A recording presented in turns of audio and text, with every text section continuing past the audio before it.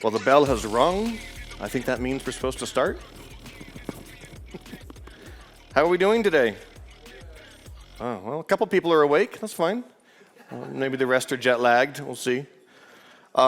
This is one of my only talks I've ever given where I have no code demos. So if you're hoping to see me write code, you can come to the Ortus booth and I'll show you command box or something. But today we're just going to be talking about passwords, everyone's favorite subject. So my name is Brad Wood.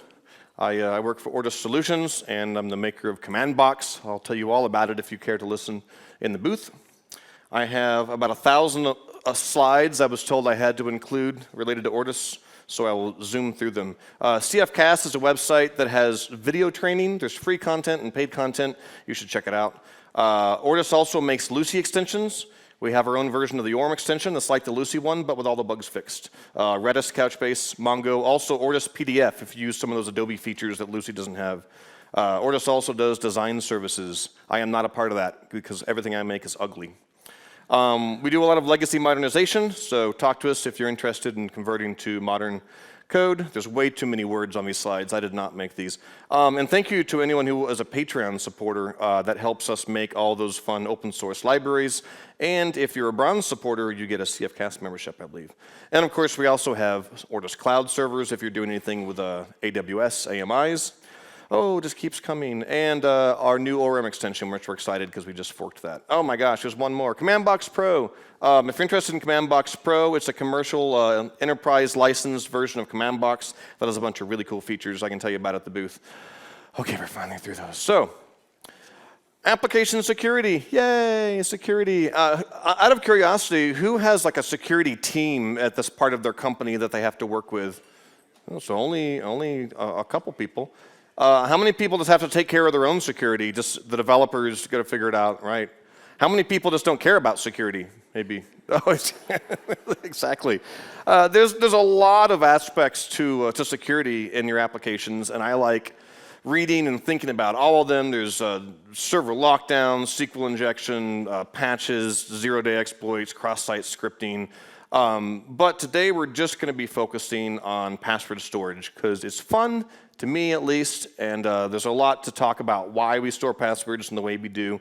And a lot of people know maybe there's a better way to store passwords, but they're not sure what those are. So this is one of my favorite XKCD cartoons that kind of sums up a lot of what I'm talking about today. Many of you may have seen this. The caption says, through 20 years of effort, we've successfully trained everyone to use passwords that are hard for humans to remember, but easy for computers to guess, which is the great irony of our time. And of course, if you read the cartoon, it has what would appear to be a very secure password here with, substitutions and things, but the reality is it can be guessed fairly easily because it's not a very long password.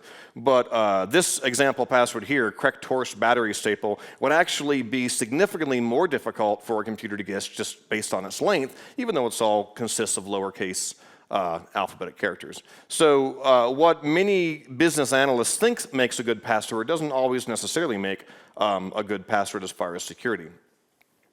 Unfortunately, sometimes I do have to convince people that security is important. I was just chatting with Mark, and sometimes we've all worked with people or with bosses that don't understand why we need to bother with these things. They feel like it's a waste of time. Unfortunately, the internet is not a friendly place. You may leave your doors unlocked in your house at home, but in the internet, the seediest figures you can imagine are basically right outside your door. So almost every site stores some level of personal data.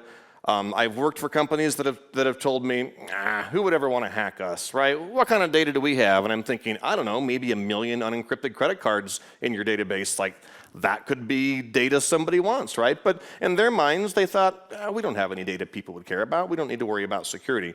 Even email addresses and passwords, just those two things could be juicy targets for hackers.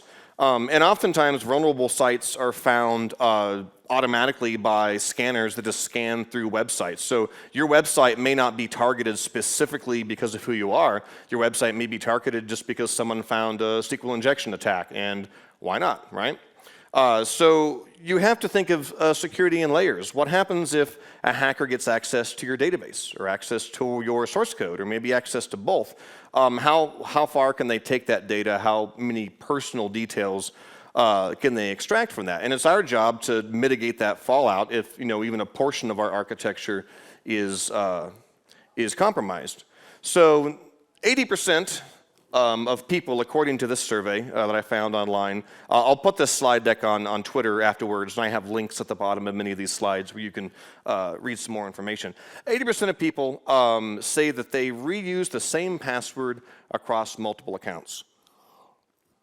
So that means the password they use for some throwaway bookmark site may be the same password they use for their bank account, right? So the bank may use tight security, but if this dinky site on the internet storing the passwords in plain text gets hacked, well, that same username and password may log into their bank, right? So we have to keep that in mind. A little bit of terminology, just to define some terms. A cipher is a character in the matrix. No, just kidding. Cipher is the output of an encryption algorithm. A digest is the output of a hash algorithm. An encryption is a reversible mechanism to secure information. A hash is a non-reversible mechanism, so the output is deterministic of the input, but when you hash something, you lose all the original information. So you could hash the entire works of Shakespeare, and if it's an MD5 hash, you'd still get a string this big out of it. The trick is with a hash, you always get the same string. Symmetric key encryptions and use the same secret to both encrypt and decrypt, which you're probably familiar with the decrypt and encrypt functions in ColdFusion. Asymmetric key encryption you use every day, every time you visit an SSL site, even though it's abstracted from you, and that's where you have public and private keys. Salt is extra data added to input to increase randomness. We'll talk more about that. And rainbow tables are a form of lookup tables to use to brute force hash passwords. Those are quite fun. And of course, plain text is the worst way in the world to store your passwords. So let's start with that. Plain text bad. I shouldn't have to have this slide, but unfortunately, I've worked at places that when I started working there, they stored all the passwords in plain text. And as I was just telling Mark, I had the business people tell me, but if we don't store the passwords in plain text, how will we tell the customers their password over the phone when they call us and they've forgotten their password, right? You don't do that. So plain text is more common than you think, and it really makes hackers' lives much, much easier. Any sort of SQL injection attack that gains access to your database just has the passwords right there. So please don't do this. And in reality, you may not want to keep other things like credit card numbers or even serial numbers in plain text. Ideally, I like to not even store credit card numbers. I love payment gateways like Stripe, where it doesn't even touch my server, right? But if you have data that would be a really bad deal for it to get leaked, you should think about, should I be storing this in plain text? So I have a series of real exploits that have happened that go with each of these. So in 2012, Yahoo, they had 453 plain text passwords stolen in a hack on their servers. So the matching email addresses were stolen as well. And hackers used a SQL injection vulnerability to basically export all of the data in the database. The attack also gained access to their MySQL server variables and the names of all the databases, tables, and columns in their database. What's really interesting when there's a large-scale hack like this is statistics like this. The most common password was 123456. Out of 500,000 passwords, that was the most common one. There was about 1,600 people, and the next most common password was just the word password. Like 1,000 people just used the word password. Obviously, there were no complexity requirements. And then another 1,300 passwords used the word password as the base word, like password 1, password 2. Users, unless you make them, will not be very creative with their passwords. So 2012 really isn't that long ago as far as web years. Yahoo, being the company of their size, should have known better than using plain text passwords. So takeaways from that would be, well, prevent against SQL injection attacks. And of course, in ColdFusion, we use CF query param. Locking down your database users so it can't see the schema. They probably were logging in as root or SA or something with full permissions. And of course, hackers were able to use that Yahoo data breach to log into unrelated accounts of the same users that probably shared that password around the internet, which is what we don't want to happen. So the system allowed users also to create very weak passwords, such as 123456. And of course, the last takeaway is don't store your passwords in plain text. So the next thing that people will try, the next step up, would be symmetric encryption. Sounds pretty cool, right? So this is a reversible process. So we start with the plain text password, we encrypt it with some sort of private key, and you get the encrypted version of it. But then you can take the encrypted version, you can decrypt it using the same private key, and you can recreate the original plain text. So it is reversible so long as someone knows what key you're using.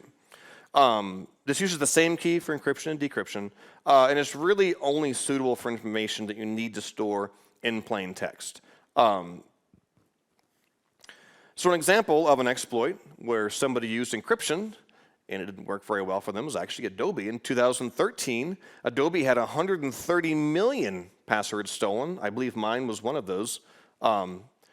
Adobe used an unsalted DES symmetric encryption. So they thought they were secure. In reality, it wasn't so much secure. The keys were not stolen, but the encryption was not salted, so all identical passwords had the same cipher. So if 10 people using this system all used the same plaintext password inside the database, the encrypted values were the same for all 10 of them. So a hacker only needed to be able to figure out what one of those people's password was, and they knew all the matching ciphers in the database was also the same plaintext password. So it made the hackers' jobs easier. The password hint that was also in the database actually gave away a lot of the passwords because they had a column in the database for the encrypted password and a column where you could type in a hint, and half the users just type their password into the hint because your users just want to be as easy as possible for themselves. So let's say you were smart and you had a really good password hint that didn't just give it away, but somebody else who used the same password as you and their password hint was just a plain text password. Well, guess what? The hackers now know your password as well because everybody's password, the same input had the same encryption. And of course, this was a legacy system. I think it was written in PHP, if I recall, that was scheduled for decommission. So it was one of those, we don't have the budget to upgrade this system. It's going away in a few months, so we won't change it. Well, guess what? When it gets hacked, you still look just as bad, even if it was a system scheduled for decommission. So hackers did publish the top 100 passwords from this hack. 1.9 million people used 1, 2, 3, 4, 5, 6. I know, right? About 500,000 people used 1, 2, 3, 4, 5, 6, 7, 8, 9, only slightly better. And then other notable mentions were Password, Adobe 1, 2, 3, and 1 through 8. So again, a lot of lack of creativity since any password was allowed in the system. So takeaways from this exploit. Your legacy system is still a liability for as long as it's connected to the internet. So I work with a lot of clients who don't want to upgrade and don't want to make changes to a system because we're rewriting that in .NET 6 months from now. And some of those clients 8 years from then are still using those old Cold Fusion systems with all of the bad things they did. So you have to think about those legacy systems as still being a liability even though you think it's going to be going away soon. Obviously, this system, again, allowed users to have very weak passwords. And password hints are usually abused because the users will just put something really obvious in there. Instead of having a password hint, it's better to have some sort of secure password reset process where you email a code, let's say, to the email address on the account that's only valid for 24 hours. They can click on that code and answer some security questions and choose a new password. Then you don't have to worry about having a password hint in the database. They used reversible encryption, but luckily the symmetric key was not stolen. That probably means the key wasn't stored in the source code. I'm guessing it was probably maybe an environment variable or something. It's good to keep separation between those things so a hacker is unlikely to get both of them. However, the lack of salt made it possible to use a lookup table to be applied to all the users since all of the encryptions had the same output for the same input. And of course, hackers used Adobe's data to break into unrelated accounts of the same users. And don't use unsalted reversible encryption. So now this brings us to hashing. Hashing is fun. So hashing is irreversible. You can never get the plain text back out of the hash. So when someone tries to log into your system and they type in the plain text password, you hash that and you compare it to the hash in the database and say, does the hash match? Of course, just looking at the hash, there's no way to get the plain text password. If the user forgets it, it's gone, right? They're going to have to go through a password reset process. There's no way you can tell them what their password was. Hashes are always deterministic, so the same input always provides the same output, otherwise it wouldn't work. The whole goal with a hashing algorithm is no two inputs should be able to create the same output. If a hashing algorithm does that, that's called a collision, and is considered not to be a good hashing algorithm any longer. So you do lose the original information, but the whole point is it's repeatable. And obviously this is an MD5 hash of the string mypass. And that is actually ColdFusion code. The default hash in ColdFusion's hash function is MD5, which is not a fantastic hashing algorithm, but we'll talk about that. So back to Yahoo. They're one troubled company. We thought 130 million was a lot. That pales in comparison to in 2013, 1 billion passwords were stolen, and later it was claimed to be possibly as many as 3 billion. This attack went on for years before it was noticed. They used MD5 hashing, right? But they didn't salt anything, and the hackers were able to steal names, email addresses, phone numbers, date of birth, security questions and answers, basically everything needed to steal your identity, right, on your banking website. And this attack was actually alleged to be a state-sponsored actor, which basically means some other seedy government in the world, probably hacked into it trying to get data out of it.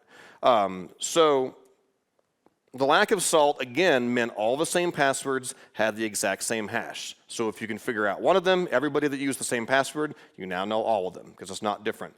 MD5 is also a very fast algorithm, which can make it very useful for some cases, but for passwords, it makes it very fast to brute force hack a password, because you can try millions of combinations very quickly, right? MD5 is also considered broken because it does have hash collisions. You're not likely to run into them with just a password, but it does exist. Extensive lookup tables already exist today and for a long time for MD5 hashes. You can go online and you can download massive databases that have pre-computed hashes for billions of passwords, and you can just quickly look up, here's a hash, is there a known password that matches that? And of course, in this particular hack, a very large number of these passwords were likely converted back to plain text, even though they used a hashing algorithm. So let's talk about dictionary attacks, because these apply here. Most passwords usually aren't random, but they're probably based on dictionary words. A lot of people will use a name or a word, maybe some sort of numbers after it, and that can eliminate a lot of unlikely combinations, so hackers can focus on testing hashes of common phrases with common numbers to get more likely hits. So the top 25 passwords per this article that I linked to down below of all time. Number 1 is 123456. The second most common password is password. 111111 is the 6th most common password. I like sunshine. That's apparently the 8th most common password from hacked databases. I wouldn't have expected that. QWERTY, they thought they were being clever. Some of these are kind of funny, like monkey. Okay, football. I can see that. Of course, number 20 there, if you hold down shift and just across the top row of your keyboard, that's what you get, right? The most common passwords are really pretty, they're pretty boring. A lot of those are just based on a dictionary word or some repetitive numeric sequence. And so if hackers are going to try to pre-hash MD5 hashes of every possible combination, they're not necessarily going to start with A, B, C. They're going to start with a list of, maybe 20,000 English words and create hashes for those, and that might cover 20% of passwords out there. So we have to remember that. Let's talk about Entropy. The cartoon that I showed at the beginning mentioned entropy, but I don't know if everyone really understands what that means. It's a measurement of basically of how unpredictable a password is. It's a measurement of randomness. It's measured in bits, which is a little confusing, but it's basically a log 2 of all the possible variations that could be represented. So the bits are an exponential number. So a password with an entropy of 10 bits and a password with an entropy of 20 bits, it's not just twice as complex, it's actually exponentially more complex. And it goes like this. So all the possible passwords that you could have to guess are calculated as the character set, meaning however many digits are possible, to the power of the length of the password.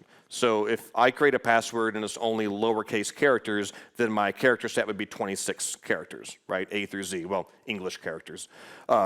And then if I have an 8-character length password, you would take 26 to the power of 8, and that would be all the possible combinations of those characters and those combinations. And so my example here, a password with length of 5 using only lowercase alphabet would be 26 to the power of 5. So there's about 12 million possible combinations, which really isn't that large of a number. And that's basically about 23 bits of entropy, all right?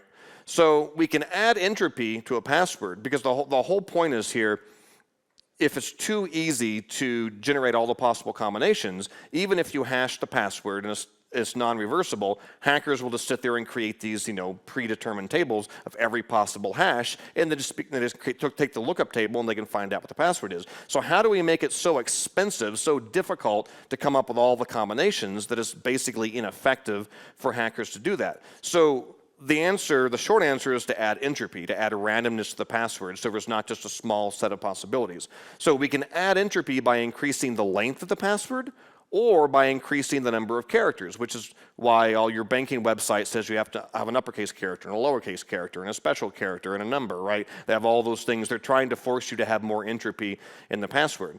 And we know that unless forced otherwise, most users will typically just use alphanumeric characters. They won't go out of the way to use something crazy. So a common password requirement that I run into quite a bit has to be 8 characters long, so uppercase character, lowercase character, numbers, special characters. Depending on how many special characters you use, there's about 56 alphabet characters in the English language, uppercase, lowercase, 10 numeric digits, 0 through 9, and about 15 punctuation characters, depending on what your keyboard supports. If you really want to have a cool password, use some like Unicode characters. Like on Windows, you can hold down the Alt key and type in like 0169 and get like a copyright symbol. Most lookup tables never use those. So in that scenario, 8 characters long, upper lowercase punctuation, that would be 81 possible characters to the power of 8 because it's an 8-character password. So that would be about 1.8 quadrillion combinations, right? Which seems like quite a lot. That's actually 50 bits of entropy, which again is not just twice as many as 25. It's exponentially more, as you can tell. So if we could guess 1 million guesses per second, 1 million MD5 hashes per second, it would take 59 years to generate all of those ahead of time, right? If I could guess 1 billion guesses per second, well, that would be pretty fast. It'd only take 21 days. Let's say I could guess 350 billion guesses per second, right? I could guess all of those 8-character passwords in about an hour and a half, generate all those possible combinations. But that's crazy, right? Because no one can, create that many hashes, or can they? This computer here is your password's worst nightmare. It's a 25 GPU cluster of AMD Radeon graphics cards. And guess what it can do? 350 billion MD5 hashes a second. And this is actually a computer that was built in 2012. I'm sure hardware has progressed a lot. So it can try 95 possible characters at an 8-character length password, all of those possible combinations in about 5.5 hours. So you think you have a really secure password because you make your users have an 8-character password, all the uppercase, lowercase stuff. If you're just doing a single unsalted MD5 hash, this computer can just throw all the combinations into a database table in the time of 1 working day, which is kind of depressing. So it can crack every standard Windows password that's possible in less than 6 hours. So how do we increase the entropy with firepower like that, with hardware like that? How do we make it so expensive that it's not feasible for hackers just to go through all the possible combinations? How do we thwart brute force? So entropy grows exponentially. Here's a math question for all you people who love math. What produces a higher yield in entropy?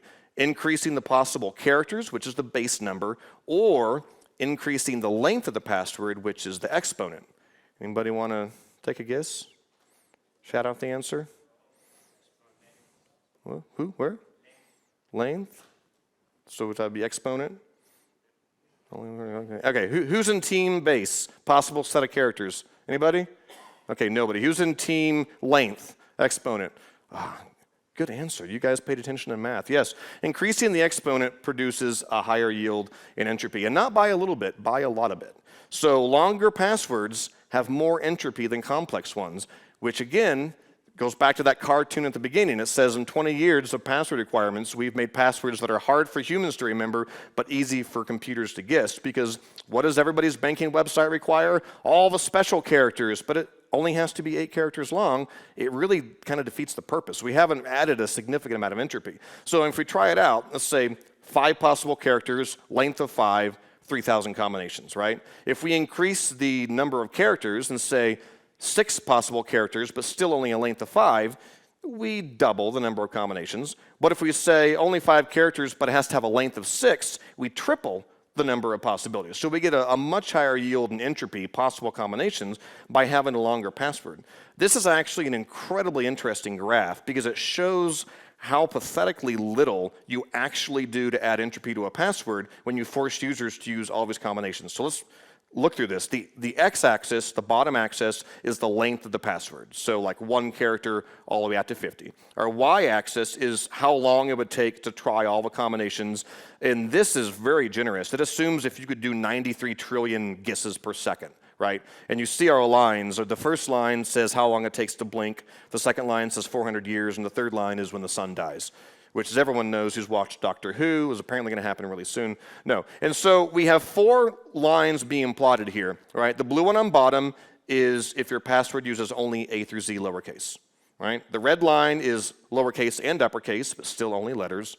The third line adds in numbers, and then the fourth line, which is purple, has the whole gamut, uppercase, lowercase, all the special characters, all the numbers. And you can see there's really very little difference in the trajectory of these lines.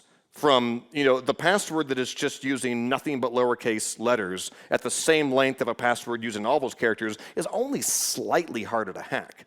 But the password that's 20 characters is infinitely, not infinitely, but exponentially harder to hack than a password using 10 characters. So moving this way on the graph, adding just the length, doubling the length of the password puts you multiple times out as far as the number of combinations, as opposed to making users use all these ridiculous things, and you've only kind of changed the line from here to here. You haven't really made a big difference, which is the whole irony. Everybody's latched on to the idea that special characters make the password, but as long as your passwords only have to be 8 characters long, you haven't really actually created that then secure of a password.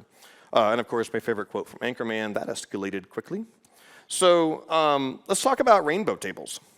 Rainbow tables are a form of a lookup table. A lookup table basically just has 2 columns, the plain text password and the hash of that password using whatever algorithm you're using, MD5 or SHA-1. If you're doing iterative hashes where you take the input and you hash it multiple times to try to take it a little bit longer, a rainbow table basically goes through and creates hashes of the hashes, so it creates these sort of strings, and they're these giant pre-computed tables. What's interesting is you can buy these on the internet. You can go to websites and you can choose a pre-computed table that has all the upper lowercase alphanumeric, MD5 hashes up to 10 characters, and it'll be several hundred gigs, and you can download it and you can use it to do your hackerish black hat things. And they're basically useful. They're most useful for a database that you've acquired as a hacker that doesn't use salts, because you can use the same, rainbow table to simultaneously try to hack everyone's password in the entire database, because the hashes all have the same output based on the same input. They're not nearly as effective against salted passwords, and we'll talk about why. If all your passwords are salted with the same salt, you'd have to generate a custom rainbow table for that app, which could take days or months depending on what the password requirements are. This is a screenshot from one of the websites that I actually have linked down below. And you can see these databases range from 52 gigs to 316 gigs, and they contain all the MD5 hashes for a subset of ASCII characters, password lengths 1 through 7, like 1 character to 7 character, and the bottom one is lower alpha numeric passwords length 1 through 10 characters.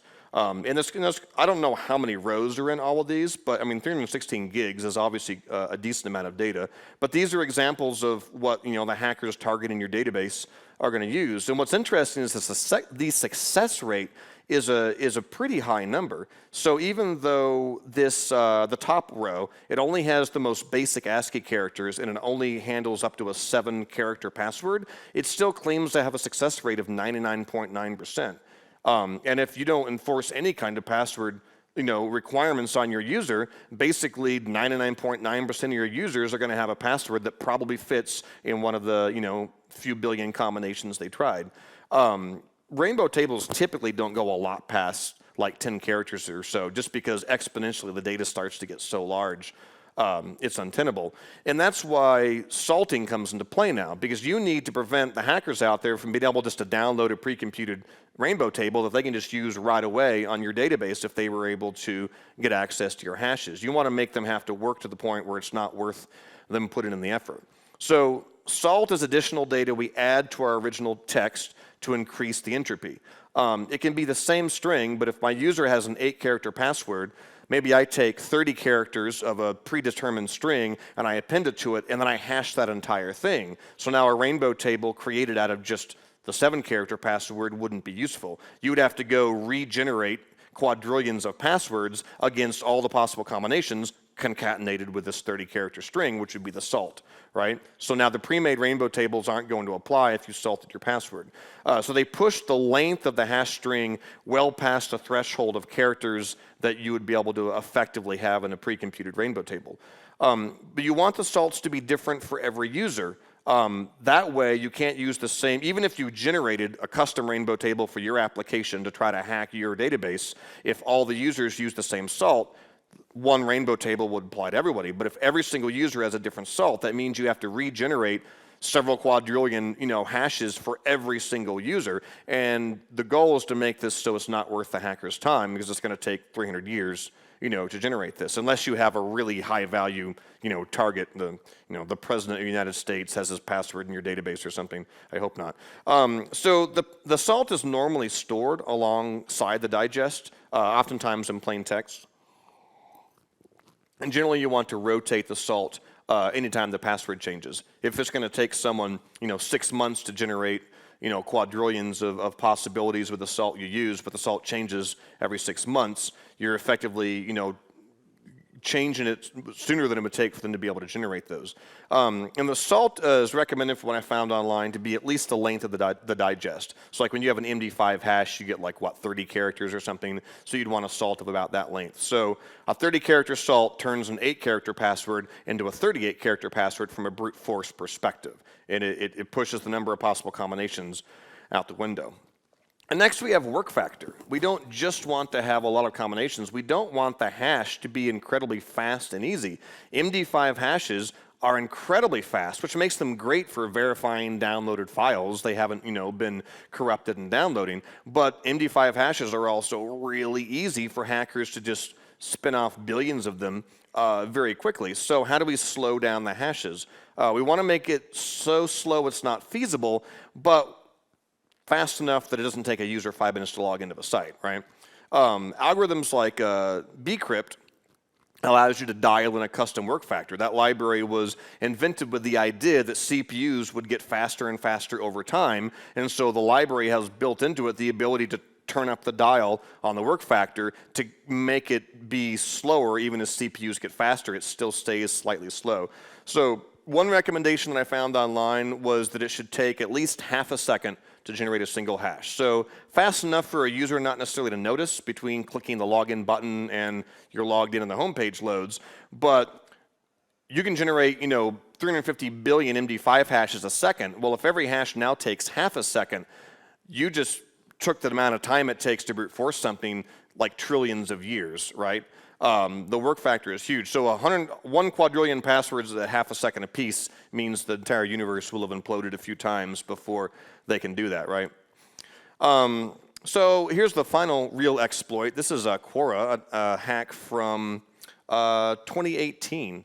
They had 100 million passwords stolen, which I know doesn't sound like that much compared to some of the large numbers in the previous attacks. They had names, emails, and direct messages were all stolen. And in this case, the passwords were salted and hashed, and they actually used bcrypt as the password storage. So good on them for that. So the exploit obviously still sucked because they still lost personal information, and it's not good when your company shows up in the news for being hacked. But most likely, none of the plain text passwords were ever acquired by the people who hacked them, based on the fact they use salted hashes through bcrypt, which does usually thousands of hashes and is quite a slow algorithm. So the hackers would have had to brute force every single user's password individually with their unique salt, which would have been an incredibly time-consuming task. Basically not worth doing that. And so brute forcing would have taken much too long due to the work factor of bcrypt. So obviously, you don't want to get hacked at all, right? That's the first thing. But if you do, you want to make it untenable for hackers just to be able to easily convert those plain text passwords. So our best practices, if you store passwords in plain text, I will come and I will cut off your fingers. Don't do it. Always hash, don't encrypt. It doesn't need to be reversible. Always salt. And you want to use a different, highly random salt per user with a length at least as large as the digest. But really, this next bullet point supersedes all the previous ones, which is just use a library. Like bcrypt or Argon 2 are really popular, common libraries out there. Some of these are built into the CF engines. There's libraries on ForgeBox that do them. Some of the advice online is if you're thinking about building your own crypto library, don't, because you probably will not do it in a way that's nearly as secure as the people who do this for a living. So just using something like bcrypt can already put you miles ahead. If you do use symmetric key encryption, I do always recommend you store the key outside of the code base, like an environment variable or something that's loaded in at runtime. You just want to make it a little bit harder if someone gets access to your source code. They don't want the key just sitting there in a Cold Fusion variable or something that's easy for them to get to. And of course, running your database users with limited permissions, cutting down on SQL injection attacks is big, because most of these attacks, I think, almost all of them centered around SQL injection as the way that hackers were able to get the data. And of course, you need to retrofit legacy systems, because they're still part of your attack surface area. If it's online and connected to the internet, it can be something that can be attacked. And that's not always easy. If you have a legacy system storing plain text, that's actually the easiest, because you could go through and just apply the hashing algorithm to all the plain text passwords and put it into a new column. If you're using maybe just single unsalted MD5 hashes and you want to change to something like bcrypt, you generally have to sort of stage that migration where the next time the user logs in, you use the legacy way of comparing the password, and then while you still have the plain text password in memory, you create the new bcrypt version and update another column. And over time, as your users use the site, you can convert over and delete the MD5 version. So it's not always the easiest thing, but there are ways to combat that. I like this. This is Kirchhoff's principle. It's from Augusta Kirchhoff in the 19th century, which is funny because this is the guy who invented these mechanical machines of encrypting and decrypting information long before we had computers. And he said a crypto system should be secure even if everything about the system except the key is public knowledge. So I know a lot of companies like security through obscurity, but security through obscurity is not really security. Many open source softwares out there will gladly tell you exactly what hashing algorithms they use and how they go about securing the passwords, and that doesn't necessarily make them any less secure as long as they use a very secure method, and the private keys they use aren't something that's leaked out to the internet. So that's something that's interesting to keep in mind. There's a handful of tools here I wanted to point out. You should consider also securing your system with 2FA, two-factor authentication, or now people say MFA, multi-factor authentication. There's libraries on ForgeBox. Oh, I should have linked to it. There's an OTP library, one-time password, where some of you probably use like the Google Authenticator app, where it has a little 6-digit code that refreshes every 60 seconds. Those are really easy to implement, and they don't require a server anywhere. This is actually just an algorithm that's used to generate those. And there's a library on ForgeBox right now. You could add that second factor authentication. Or you could do a thing where you email or text them a code. That's always a little bit annoying sometimes, but that's a good way to help secure systems. There is a ForgeBox module called Dumb Password that I think Luis wrote, and it basically will compare a password against one of the 10,000 worst passwords if you want to maybe kick back exceptionally bad passwords to your users and say, no, don't use that one. 123456 is apparently not a good password. This website's really interesting, haveibeenpwned.com. It's kind of scary as crap. You come in here and you punch in your email address. Come on.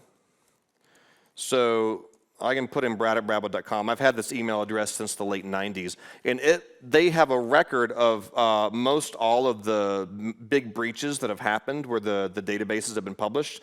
And my email address has showed up in 18 data breaches over the years that they've tracked on this website. And you can scroll through. So Adobe 2013, see what I tell you? I told you I was part of that one. B2B, USA Business. Some of these I'd never even heard of them. I didn't even know how they had my data in their database, right? Evite, apparently I signed up for an Evite account at some point and their database got hacked. Geeked In, I don't even know when I signed up for that. Gravatar, who has a Gravatar account? A lot of people probably have that. LinkedIn had exploit in 2016. They had scraped data. It's really interesting. MGM Resorts. Geez, when did that even happen? But yeah, if you want to like scare yourself, go punch your email address in, and it'll tell you how many hacked databases have popped up online, potentially with your password in an incredibly insecure format associated with your email address. And this really just kind of scares you and makes you think, oh, dang. Go back to my slides. There's also LastPass.com. There's other services like this. I used to reuse passwords a lot because I was lazy. And I had terrible passwords and I used them everywhere because I hated remembering stuff. I use LastPass now, which has a browser plugin, and if you pay them money, you can use it on your mobile phone. And every single site I sign up for now has a 16-digit, totally random password. I have no clue what they are, but I can log into LastPass and it'll tell me what it is and I can get it. That's really good because then you don't have to worry about some seedy online website you bought something through 10 years ago getting hacked and that being the same password you use. Passwordmeter.com is also an interesting website that basically helps you visualize the entropy of your password. So that's basically it. You can tweet me on the Tweety pages, BDW49S, if you're interested. My blog is a Coder's Revolution. But if you have any questions or you want to talk passwords or command box, I will be at the Ortus booth around the corner. Any questions? We all good? All right, no plain text. Say it with me, no plain text. No plain text. All right, thank you very much for coming, guys.